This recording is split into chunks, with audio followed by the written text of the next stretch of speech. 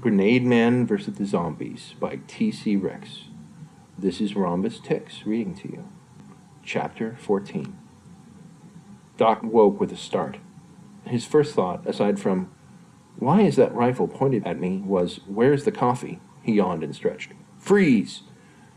He reached for his glasses on the nightstand. The angry Blur shook the rifle at him and shouted again, "I said freeze!" Doc put on his glasses. The Blur resolved itself into a young man, probably in his early 20s. There were 10 more people looking out of the window, finding things to barricade the door with. "Well then, what's the situation?" he asked. "Freeze!" Doc smiled and said, "Do I look like I was moving?" The young man tried to hit Doc with the butt of his rifle, but Doc grabbed it from his hands and tossed it harmlessly across the room. The farm work had paid off. 2 others came away from the windows and pointed their guns at him. Even without the coffee, Doc finally woke up enough to realize what was going on. "Ah, you're going to turn me into Jarvie, I take it." He said all he wanted was the 3 of you, one of them said, "and we're willing to see what he'll do if we just give him one. Maybe he'll stop the attacks." Doc shook his head sadly. "How much of what is going on have you heard?" The thug he had disarmed earlier said, "Enough. We know you guys knew all about this stuff for months without telling anyone." Without, Doc laughed. The more he laughed, the more the others frowned. "Without telling anyone. Grenademan has been leaping all over the world, warning you people for months. And you're saying you weren't warned? Grenademan is a fairy tale. You're a real person. We would have believed you. Now shut up." The taller of the 2, pointing their rifle, disarmed to safety. "Really, you would have believed me before, but you won't believe me now when I say Jarvie is bad news, and turning me over to him is just going to make things worse?" Doc laughed harder. The one who had disarmed, sneered and walked back for his gun. Doc was surprised at how unafraid he was. It wasn't that he didn't take these guys seriously. He could tell that they really believed what they were doing was right and morally justifiable. Those were the worst kind of people to deal with in a situation like this. Reason wasn't going to work, and he had no leverage of any kind. The best he could do was stall for time, and given the panicked looks they kept making at the windows, that wasn't going to go over so well. Things were awfully quiet outside, though, almost eerily quiet. He took a good look around the room, hoping to find something that would give him an edge here. He didn't see anything, though. Then all hell broke loose. The roof caught fire, and the building started to fill with smoke. Most of the already panicking rebels ran out, leaving Doc with just the 3 talking to him. One by one, those 3 ran out of the room as well, until the last one had grabbed him by the arm and pulled him outside. As they passed through the door, Doc seized the moment to reach for his captor's gun. They struggled briefly, and for a few moments it looked like Doc might lose. Then Doc kicked the guy's shin. Doc winced in pain, but he knew he couldn't afford to waste time thinking about it. Doc started to cough from the smoke. He took the gun and ran out. He was almost out when the jerk grabbed his foot. Reluctantly, Doc shot him. The stranger's grip released, and that was all Doc needed. He stumbled out into the perpetual night. There was a gloom of smoke and ash, and he saw a winged abomination soar above him in wings of fire. Finally, terror overcame the more rational parts of his mind and forced him to run. He banked left across the courtyard through piled stacks of lumber. He saw a few shambling undead, the remains of his former guard. He was not afraid of those anymore. He simply ran from them. He could hear something growling closer with each flap of its demonic wings until he heard a thump and a scream of rage.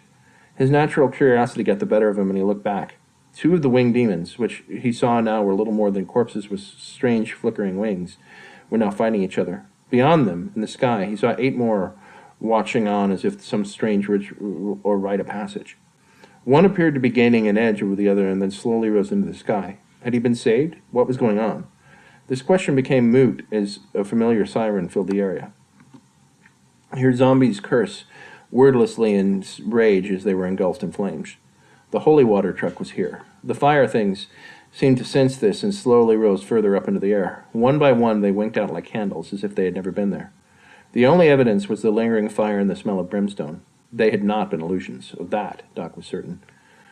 There was a cry of triumph from one of the truck crews who spotted him. "He's alive!" the man shouted. Doc broke from his reverie and began to move towards them. For the first time, he realized that Kevin and Beads might be in just as much danger as he was. "Take me to my wife." He wasn't used to issuing commands, but he could do it if he had to. The look on the fireman's face told him all he needed to know. Beads had burns covering more than half of her body. The doctors had said that she didn't have long to live. She was in constant pain because she refused any kind of pain relief. When Doc came into the room, she smiled. I had hoped I'd be able to see you again. Doc immediately began to cry. What? The same one that nearly killed you. It thought I was dead, I guess. What matters is that you're here. Doc wanted to do something. He wanted to go out and get one of the doctors and scream until they made her better. Why didn't they have some kind of magic that could heal her? If holy magic worked on zombies, then maybe they could pray to make her better or something. He tried several times and nothing happened. He didn't have the courage to say it aloud, but then beads had never been run for outwardly religious displays. He said, I'm glad to be here. I've enjoyed the time we spent together. She smiled again and coughed a little. Who says that this is all the time we're going to spend together? I thought you didn't believe in an afterlife. I didn't believe in zombies either. My horizons have been expanded a bit. A part of me always believed in them anyway, she winced. Doc knew that he couldn't let her become a zombie. Whatever it took, he was going to have to prevent her from becoming one of the Walking Dead. I love you, Howard, she smiled. And though there was pain in her eyes, there was warmth as well. I love you too, Marie. He bent down and kissed her. There was a silent, warm wind that blew through the room, and she lay there resting in peace. The monitors howled in frustration and alarm because they had lost a life, and the doctors came rushing in, one with a defibrillator and one with a bone saw, but somehow, through it all, Doc felt peaceful, connected to her. The doctors were not able to revive her, but she did not rise from the dead. How she had been able to escape the effects of the death curse he did not know. He had certainly heard enough stories about good people who were wandering around as zombies now to know that it wasn't because Beads was a good person. People left him alone for a few hours, but Momo came in a while later. He said, We've rounded up most of the people who tried to take you. They've been dealt with.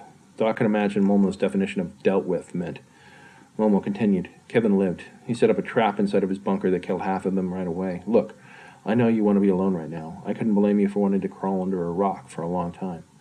But it would really be helpful if you'd show yourself a little bit to the people just so that they can see that you're okay. It wouldn't have to be for long. Doc looked at Momo. He was feeling strangely calm and a little bit disconnected. Some part of him couldn't give a damn about the people who wanted to see that he was alive and well. But the part that felt that way had to listen to the rest of him, and he knew anything that helped Jarvie win or inflict more hopelessness or despair was simply unacceptable. Doc stepped out into the larger room and faced the crowd. They didn't share. He could feel their sympathy and their silence, but at the same time they whispered enthusiastically one to another. It wasn't that they were insensitive to his pain, but overwhelmed by the fact that he was alive. Momo raised his hands and said, All right, folks, that's enough. Doc needs to be alone right now. Doc looked at Momo and then looked back at the crowd. He wasn't sure where the words came, but they slipped out of his mouth and before he could stop them. Tonight we had some of our town turn on us, and I say our own because even though they were new tonight, they're part of the human race. We had to get rid of some apes that were pretending to be human the other night, and we're working to help make this place better as it stands. He had to deliberately stop himself from saying, and we're going to get rid of the rest of them until we're all human here, because the last thing he wanted was a witch hunt.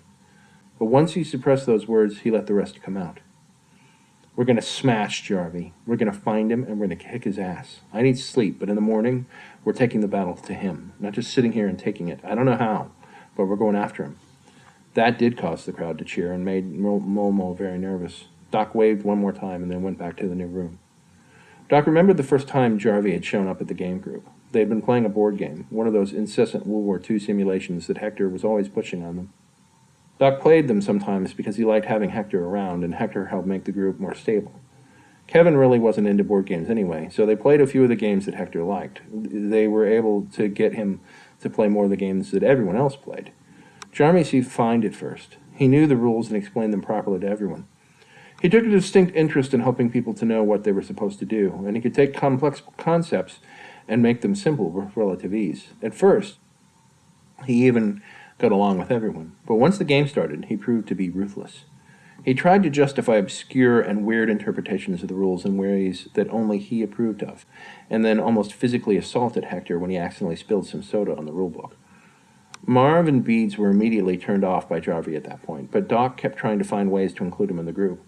He had figured maybe Jarvie had never had the opportunity to interact in a social situation.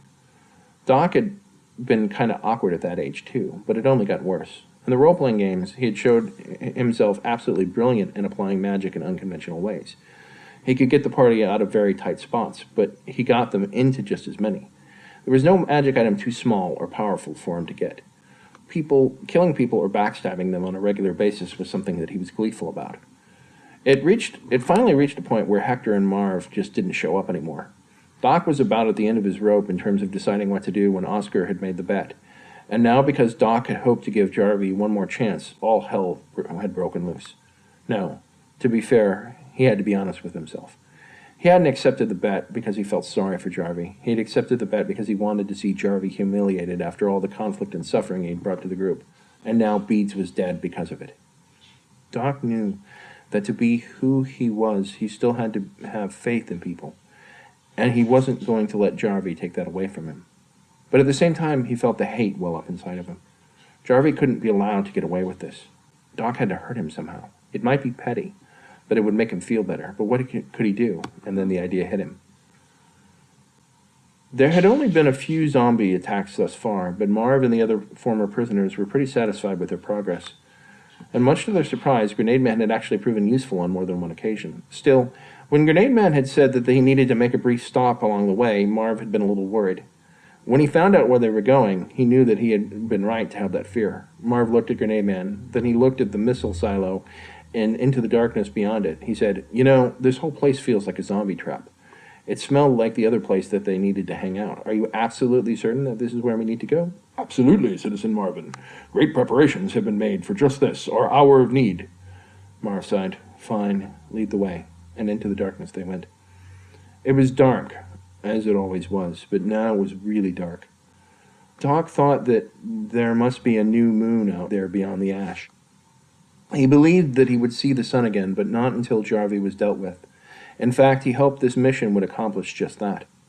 He was traveling with 7 former hunters. Doc was not the stealthiest guy, but he had a good head on his shoulders and confidence that he would succeed. Of course, the more logical part of his brain told him that this was extremely stupid, but frankly, without Beads, he really didn't care anymore. He stopped in the middle of the ruined fields outside of the town and took a deep breath to clear his head. No, that wasn't true. He did care, but he had to strike back against Jarvie, and this just wasn't just for personal satisfaction. It was also for the morale of the town.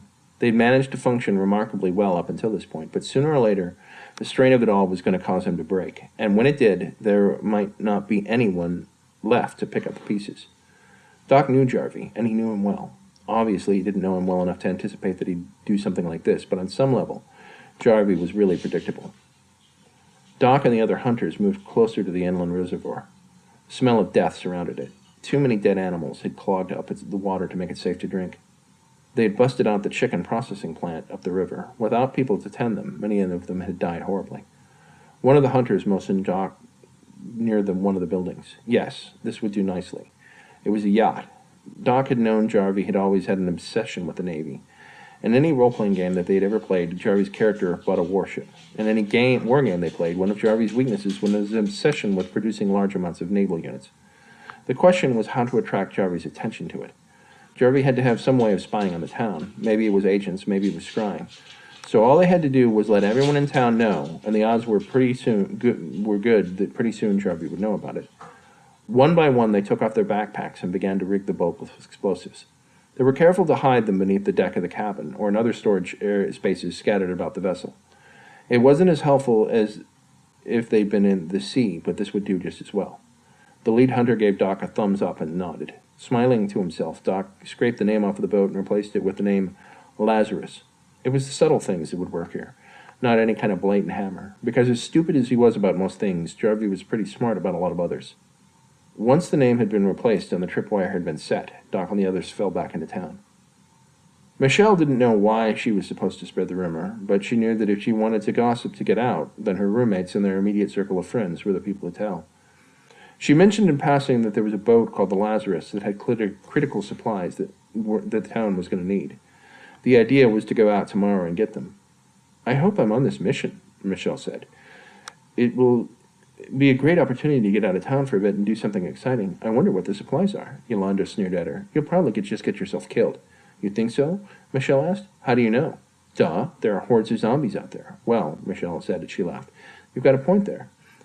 I'm not as good as some with a rifle." "I hear that Kevin is getting pretty good with his rifle," Yolanda said as she winked and hip-bumped Michelle. I don't know what you're talking about. Well, I found out someone's underwear in the dryer, and last time I checked, none of us used men's boxers, Yolanda giggled. Michelle wanted to reach over and strangle her, but that would only give her more gossip to spread around. She wanted to focus on what she could do to help the circle. Although how it would help, she couldn't fathom. No comment, but I bet he's going on this mission. Are you insane? Beads was already killed because she's important to the necromancer. I really don't think Molmo is going to let Kevin go out there just to give Zarvi more power. Besides, we need him here. He's the one who knows how the trap works. Maybe he needs the stuff in the boat for his traps. Did you ever think about that? Yolanda was indignant. What could possibly be on that boat that could help with more traps? Michelle strode. I don't know, but it sounds important. It could be so important that maybe Momo himself is going out to find out about it. Yolanda laughed and said, it's probably a bunch of comic books or porn mags. A bunch of guys. Michelle actually laughed this time along with her, although part of her threw up inside of her mouth when she did. She took a sip of water and then said, yeah, it's probably nothing. Well, I'm going to go get some sleep before my shift starts tonight. Later, she got up and headed out of the room. She couldn't help but notice the very thoughtful look on Yolanda's face as she left, though. She sighed. Maybe it would help. Maybe it wouldn't.